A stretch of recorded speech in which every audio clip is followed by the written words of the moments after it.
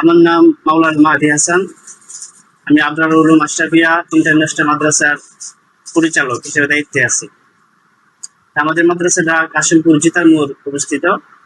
এখানে আমাদের নুরানি বিভাগ 3টা বিভাগ আছে, নার্সারি প্রথম শ্রেণী, দ্বিতীয় শ্রেণী পর্যন্ত, তৃতীয় শ্রেণী পর্যন্ত, পাশাপাশি হ্যাস্টেল।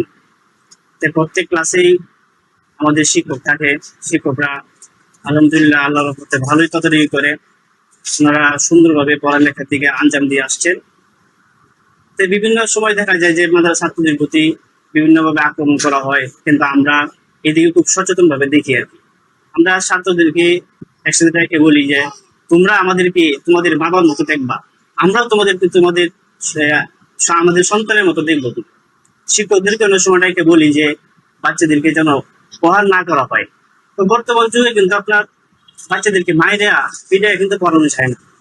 হ্যাঁ, ওদেরকে আদর করিয়া, হ্যাঁ, কাছে ডাইকে নিয়ে বুঝাইলে কিন্তু বাচ্চারা বুঝে, কিন্তু বুঝাইয়া পরে আলহামদুলিল্লাহ প্রত্যেকটা বাচ্চা মনোযোগ দিয়ে পড়াশোনা করতে পারে। প্রত্যেক অভিভাবককে বলি যে আপনাদের সন্তানদেরকে কোরআনের শিক্ষিত বানান।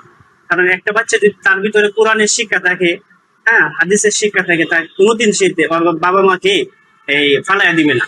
হ্যাঁ, তাও বাবা মার খেজমত করার চেষ্টা করবে। আর মনে করেন যে অন্য রাগে যদি থাকে, তে অবশ্যই একদিন না একদিন শয়তানের ধোঁকা দিয়া ছেলে মেয়েকে বিভ্রান্তি করে ফেলবে, বাবা মাকে দেখবে না, হ্যাঁ, মাদকের দিকে আগায় যাবে। কিন্তু মাদ্রাসায় থাকলে, কোরআন হাদিসের সাথে সম্পৃক্ত থাকলে কিন্তু এটা থাকে না। মানে মাদকের সাথে যায় না, খারাপ কাজ করতে কিন্তু নিজের ভিতরে একটা দ্বিধাবোধ করে, কারণ আমি কোরআন হাদিস শিখছি, এদিকে গেলে মানুষও খারাপ বলবে, আল্লাহ তাআলা আমাকে এই গুনাহগার বানায় দিবে। এই জন্য বলি যে প্রত্যেক অভিভাবক যেন তার সন্তানদেরকে কোরআনের শিক্ষাটা দেয়।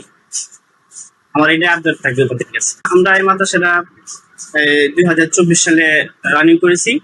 24 সাল থেকে এই পর্যন্ত আলহামদুলিল্লাহ ভালোই প্রত্যেক গার্ডিয়ান আমাদের মাদ্রাসার প্রতি আলহামদুলিল্লাহ সন্তুষ্ট আছেন, এবং অন্যান্য প্রতিষ্ঠানের তুলনায় আমাদের প্রতিষ্ঠানটা একটু ভিন্ন রকম, কারণ আমরা বাচ্চাদের প্রতি একটু খেয়াল করি বেশি। বিশেষ করে প্রত্যেক বাচ্চা আদব আখলাক ব্যবহার পড়াশোনার পাশাপাশি, হ্যাঁ, বাবা মার সাথে কি ব্যবহার করবে, হ্যাঁ, ব্যবহার এটা যেন সুন্দর করে, এটা আমরা সবসময় বলি। আর প্রতি সপ্তাহে আমরা প্রতি বৃহস্পতিবার আসলে আমরা বাচ্চাদেরকে একসাথে বসায়া মানে বাবা মার সাথে কিভাবে আচরণ করবি, আচরণগুলো আমরা শিক্ষা দিই। ঠিক আছে, এটা আমাদের অন্যান্য প্রতিষ্ঠান থেকে আমাদের প্রতিষ্ঠান থেকে একটু কারণ আমরা পড়ালেখার পাশাপাশি তার চলাফেরা কিভাবে করবে এটা করি। কারণ পড়ালেখা শিখলো কিন্তু সে ওগুলো যে আমল করলো না, তো হইলো না। বেতের আঘাত না করে যদি বর্তমানে বাচ্চাদেরকে বুঝায় পড়ানো হয়, একটা বাচ্চা অপরাধ করছে, পড়াটাকে যদি বুঝাই তাহলে বাচ্চা কিন্তু বুঝে। বেতের আঘাত করলে এই বাচ্চার প্রতি আরো জিদ বাড়ে, বাচ্চাও জিদাজিদি করে, বাচ্চার প্রতি বাচ্চাও রাগারাগি করে, এভাবে পড়াশোনা ছেড়ে দেয়, বিভ্রান্তি হয়ে যায়। এই জন্য বলি যে বেতের আঘাত না করে যদি বাচ্চাদেরকে বুঝায় শুনে পড়ানো যায়, আলহামদুলিল্লাহ ভালো।